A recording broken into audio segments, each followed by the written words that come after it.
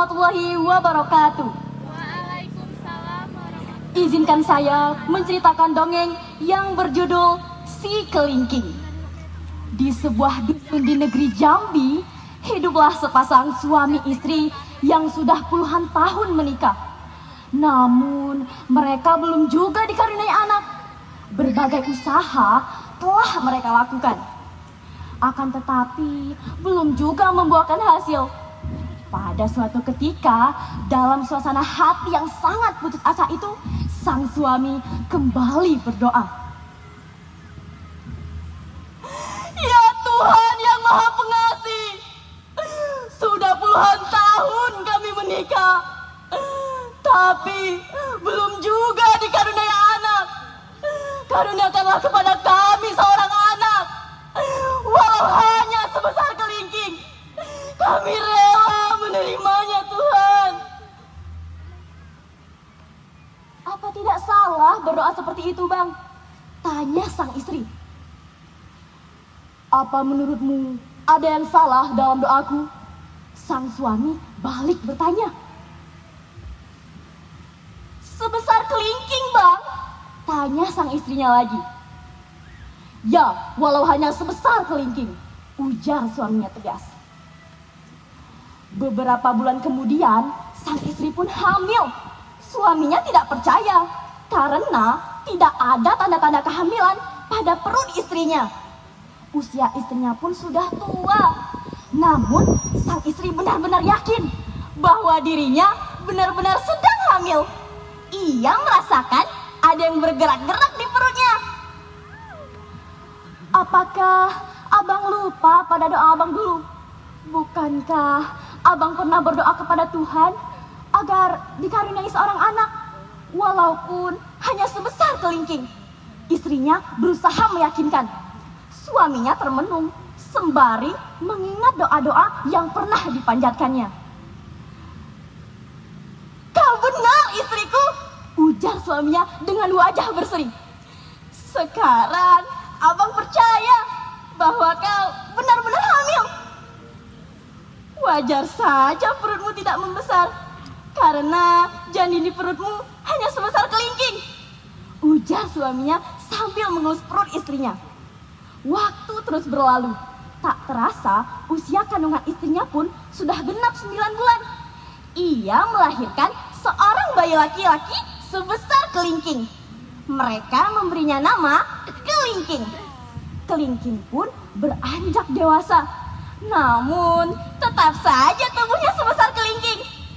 Pada suatu hari, negeri mereka akan datangi Nyai Gergasi, pemangsa manusia dan makhluk lainnya. Penduduk sangat resah dan sangat ketakutan, termasuk keluarga kelingking. Mendengar hal itu, raja pun memerintahkan seluruh penduduk untuk mengungsi. Anak-anakku, bersiaplah, kita harus pindah. Nyai Gergasi akan datang, kita harus cari tempat yang aman, ujar ayah kelingking. Kelingking terdiam sambil memikirkan cara menghadapi Nyai Gergasi. Tidak, Pak, aku tidak akan diam. Aku akan mengusir Nyai Gergasi itu, ujar kelingking meyakinkan ayahnya. Tukang nian kau nak ngusirnya, Lop. Badan kau kecil macam tuh, ujar emaknya. Justru dengan badan kecil kau, Mak. Padahal kalau aku nak ngusirnya tuh, kata kelingking meyakinkan ibunya. Apa maksud kau, Lop? Tanya paknya bingung. Begini, Mak, Pak, buatkan saja satu lubang kecil untuk aku bersembunyi. Dari dalam lubang itu, aku akan menakut-nakuti Nyai Gergasi. Dan jika ia sudah mati, akan aku beritakan pada Mak, Pak, dan para warga, ujar kelingking meyakinkan kedua orang tuanya. Mendengar hal itu, kedua orang tuanya pun tak berkutik. Ia mengabulkan permintaan si kelingking. Mereka membuatkan lubang kecil pada tiang rumah paling depan. Setelah itu, kedua orang tuanya pun pergi mengungsi bersama penduduk. Setelah itu, kelingking pun masuk ke dalam persembunyiannya. Ketika hari menjelang sore, Nyai Gergasi pun datang. Alangkah marahnya ia ketika melihat rumah-rumah penduduk tampak sepi. Kandang-kandang ternak pun kosong. Hai manusia, kambing, kerbau, di mana kalian? Aku datang hendak memakan kalian semua. Keluarlah, aku sangat lapar. Aku sangat lapar. Ujar Nyai Gergasi dengan wajah geram. Kelingking pun menyahut dari tempat persembunyiannya. Nyai Gergasi, hantu tua, aku di sini. Lihatlah, aku di sini, kata si kelingking. Mendengar hal itu, Nyai Gergasi ketakutan karena ia tidak melihat seorang manusia di penduduk itu. Lalu Nyai Gergasi sangat kebingungan. Ia mencari-cari di mana manusia itu karena ia mendengar dengan jelas itu adalah suara manusia. Suasana itu pun dimanfaatkan si kelingking. Si kelingking makin menakut-nakuti Nyai Gergasi dari dalam lubang tersebut. Hei Nyai Gergasi, aku juga lapar. Pasti dagingmu enak dan lezat, ujar kelingking dari dalam lubang.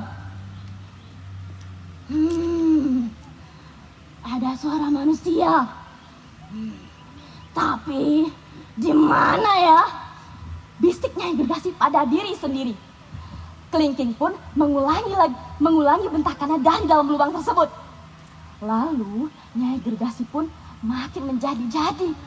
Ia lari tunggang langgang, terjerembab ke jurang dan mati seketika. Kelingking pun keluar dari persembunyiannya. Ia mengabarkan kepada orang tua